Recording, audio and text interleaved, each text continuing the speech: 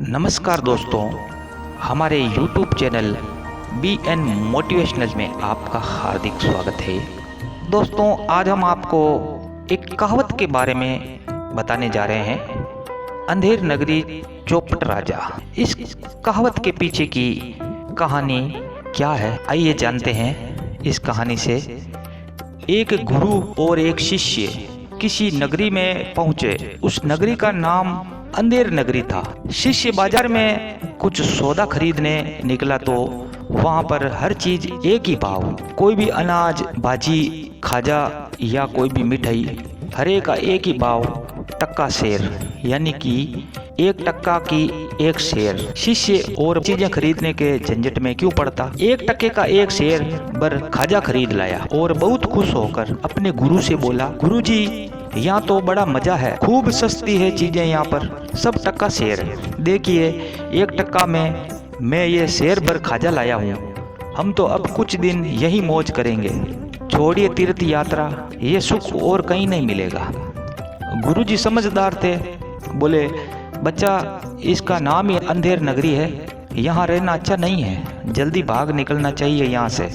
वैसे भी साधु का एक ठिकाना पर जमना अच्छा नहीं है।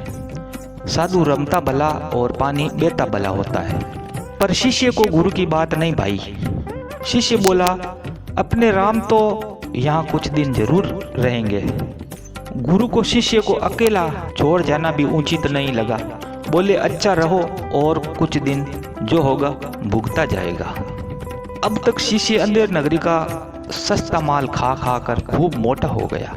उन्हीं दिनों एक खूनी को फांसी की सजा सुनाई थी, पर वे अपराधी बहुत दुबला पतला था। फांसी का फंदा उसके गले में ढीला था। इस समस्या से निजात पाने के लिए राजा ने कहा कि जिसकी गर्दन मोटी हो उसे ही फांसी लगा दो। अंधेर नगरी जो ठहरी।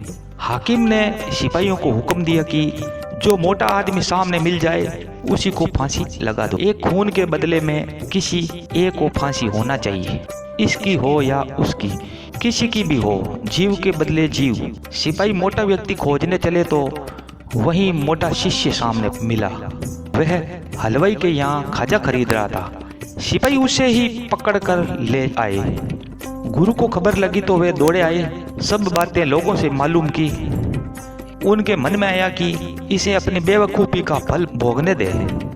पर गुरु का हृदय बड़ा दयालु था। सोचा, जीता रहेगा तो आगे समझ में आ जाएगा।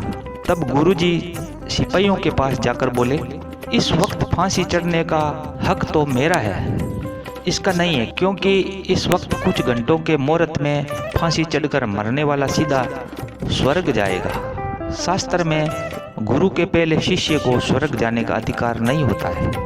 शिष्य गुरु की चाल समझ गया, चिल्ला उठा, नहीं गुरुजी, मैं ही जाऊंगा, सिपाहियों ने मुझे पकड़ा है, आपको पकड़ा होता तो आप जाते। इसी एक बात पर दोनों ने झगड़ा शुरू कर दिया। सिपाही हैरान थे, भीड़ इकट्ठी हो गई। फांसी चढ़ने के लिए झगड़ना वहां के लोगों के लिए ये एकदम नई बात थी। जल्दी ही ये बात राजा के कानों तक पहुंची। राजा ने कहा, यदि ऐसा मुहूर्त है तो सबसे पहला अधिकार तो राजा का ही होता है और उसके बाद उसके उच्च अधिकारियों का।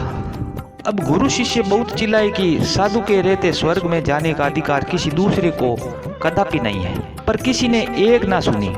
सबसे पहले राजा और फिर एक एक करके कई मंत्री अधिकारी फांसी पर चढ़ गए।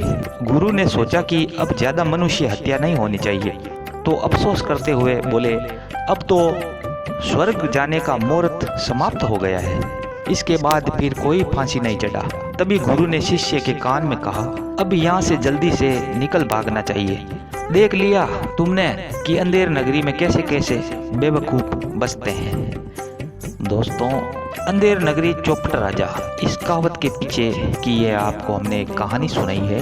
दोस्तों, ये कहानी अच्छी लगी है तो हमारे चैनल को सब्सक्राइब और लाइक जरूर करें।